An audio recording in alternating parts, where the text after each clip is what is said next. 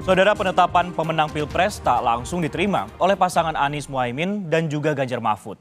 Kedua paslon kompak mengajukan gugatan hasil pemilu 2024 ke Mahkamah Konstitusi.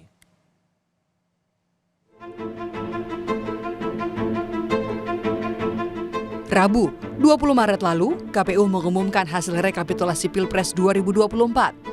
Hasilnya, pasangan Prabowo Gibran mendulang 96.214.691 suara. Paling tinggi dibandingkan dengan pasangan Anies Mohaimin dan pasangan Ganjar Mahfud. Tak perlu menunggu waktu lama, pasangan Anies Mohaimin langsung mengajukan gugatan Pilpres ke Mahkamah Konstitusi.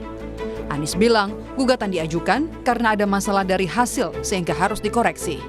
Bahwa apa yang kita alami, kita saksikan, dan disaksikan oleh begitu banyak. Media pun menyaksikan, publik pun menyaksikan.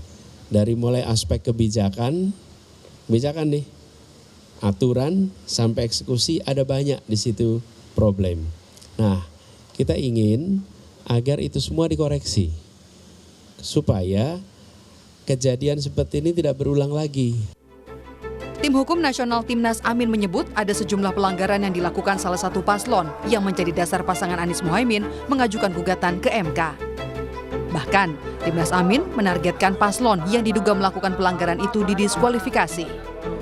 Dari awal proses tersebut bermasalah dan lanjutan masalahnya luar biasa.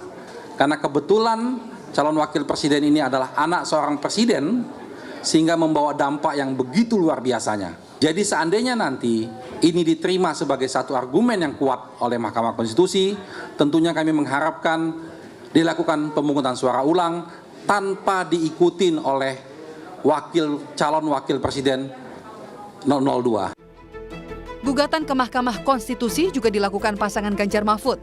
Ganjar bilang pihaknya memiliki banyak bukti adanya pelanggaran selama Pilpres berlangsung. Ganjar menegaskan hal ini dilakukan agar demokrasi di Indonesia menjadi lebih baik.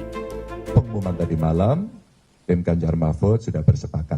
Kalaulah semuanya ini harus diluruskan agar demokrasi bisa berjalan dengan baik, maka benteng terakhirnya adalah Mahkamah Konstitusi.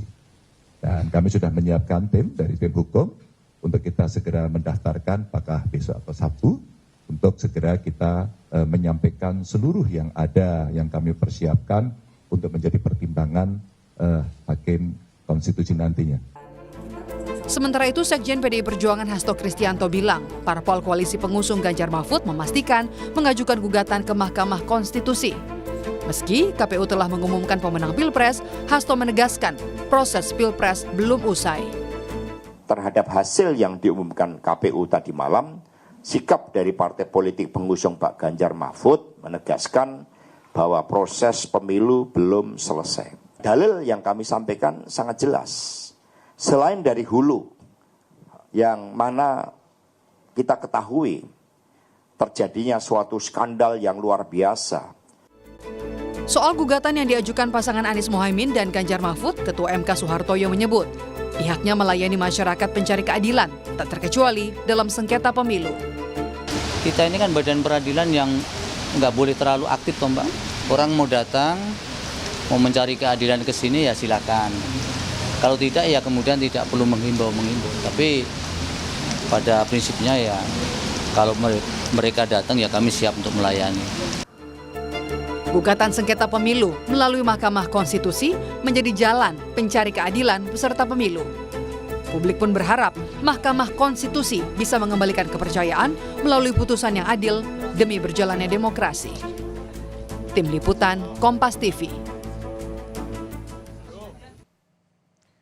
Jurnalis Kompas TV Fedriska Ananda sudah bersiap dengan laporan langsung di Mahkamah Konstitusi pada siang hari ini. Rizka, jam berapa rencananya untuk tim Ganjar Mahfud ini akan mendaftar ke Mahkamah Konstitusi? Apakah sudah ada informasi lebih lanjut ya?